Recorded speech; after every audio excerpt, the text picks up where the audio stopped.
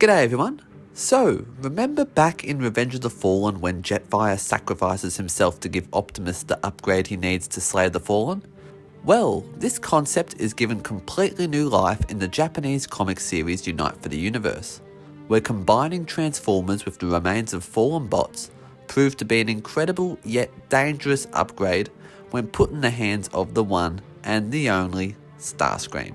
Love it when your little insect feet try to run! Ooh boy. Of course, count on Japan to give the ultimate backstabber the ability to wear literal corpses as an exosuit. However, before we get to this monstrosity, let's go back a few issues and see where this all began. So, within the secret Decepticon base, we see Megatron ordering Bludgeon to lead an assault to acquire a powerful weapons program called Unite from a Nest facility, promising Bludgeon control of Earth's Decepticons should he be victorious. Of course, Starscream overhears this and questions Megatron that Earth is meant to be his after all that he's done for him, but becomes berated for questioning Megatron's command.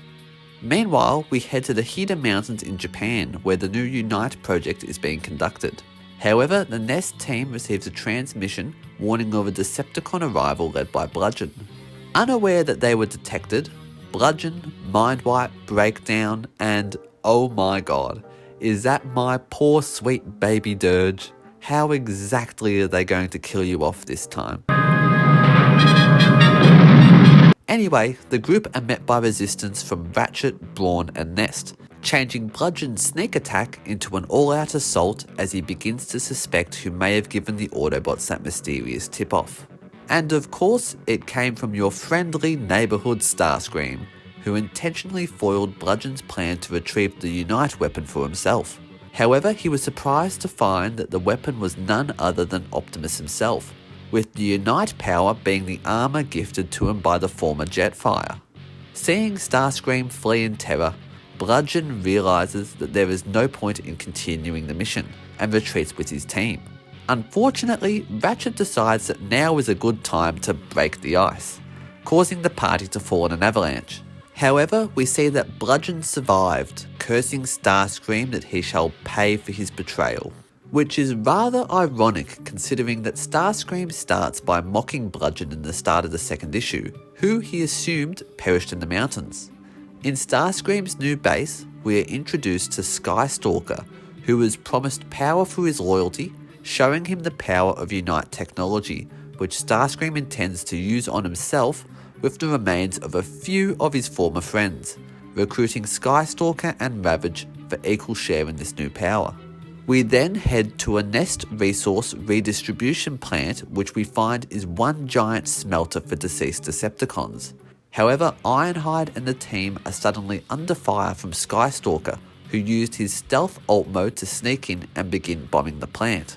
Having wounded old Ironhide, Skystalker decides not to eliminate him, which I'm going to be honest, has to be the dumbest thing you can do. Regardless, he teleports away with the carcasses of Sideways and Bone Crusher, claiming that they are simply doing a bit of recycling. Meanwhile, we follow Ravage, who sneaks into Nest headquarters, but is quickly spotted by Bumblebee. After a quick scuffle, Ravage retreats, leaving behind an airborne nanovirus that hacks into Nest systems and retrieves the secrets of Unite for Starscream. As we see Ravage fleeing, we catch a glimpse of Bludgeon, who intends to follow him back for unfinished business with his master. So issue 3 is when things start to get interesting and has us following Seaspray, Breacher and Sideswipe as they try to trace the origin of the transmission from Ravage's nanovirus. We now begin to see Starscream's new form thanks to the combination of Sideways and Bone Crusher's corpses, with the intel gathered from the Unite project. So does this mean we can call him Starways, or Scream Crusher, or Bone Screamway? Regardless, Starscream is too busy to deal with the intruding Autobots, and calls for Lockdown and Skystalker to handle the situation. As Skystalker attacks the duo, they head to land for better coverage while they wait for Sideswipe to arrive. On land, Seaspray kindly asks for Skystalker's name before Breacher sends him crashing into the ocean. Unfortunately for Breacher though, Lockdown decides to make a trophy out of him, while Ravage keeps Seaspray pinned down. Thankfully, Sideswipe comes to the rescue, taking the putty cat out. As their battle plays out, Bludgeon uses the distraction to his advantage, slicing down the cloaking field and breaks his way into Starscream's lab, but is immediately shot down by the now completed Unite Starscream, who vows to rule this world and dethrone Megatron. Surprise, surprise. After defeating Lockdown and Ravage, Optimus meets with Sideswipe as a near-dead Bludgeon is removed from the wreckage. They realise that this whole struggle for the Unite tech is one giant power play from Starscream to usurp Megatron. However, Optimus reveals that Starscream only retrieved part of the Unite data, where he missed the part of neural interface protocols, which without them will deteriorate his mind as he is not completely interfacing with the foreign body parts that he has equipped. As we see him now mercilessly attack the Gwangju Air Base in Korea, prompting both Optimus and Megatron to stop him. Although Megatron only cares because he's ignoring his orders, tasking Soundwave to deal with him. Soundwave instead sends Thundercracker and Brimstone to pull Starscream back into line. Unfortunately, Thundercracker doesn't last too long, leaving Brimstone to face the Mad Seeker on his own, resulting in a fist shoved right through his chest. Arriving amongst the carnage, Optimus, Scattershot, Elita 1 and Hubcap all try to gun him down, but proceed to only piss him off. However, their battle is interrupted by Megatron, who intends to finish him off personally. Seeing his former master, Starscream only laughs before the two Titans now do battle. The Autobots watch the scuffle unfold, with the two going back and forth, blow to blow, but Optimus ensures they must engage to prevent further damage and keep the secrets of Unite out of Megatron's hands, at least until Ratchet arrives with a cure to undo Starscream's Unite upgrade. Ordering his team to distract Starscream, he tackles Megatron head-on. Enraged by Optimus's interruption, Megatron calls forth his own minions consisting of Skywarp, Terradive, Insecticon and Hailstorm to join the battle.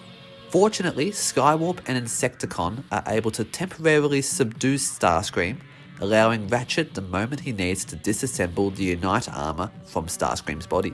Seeing no point in furthering this battle, Megatron and the Decepticons retreat, abandoning Starscream to the Autobots as Optimus vows to discontinue the Unite project alongside all future weapon projects so that they don't end up in Decepticon hands again. So that has been the complete story of Unite for the Universe and another tale of Starscream's failure.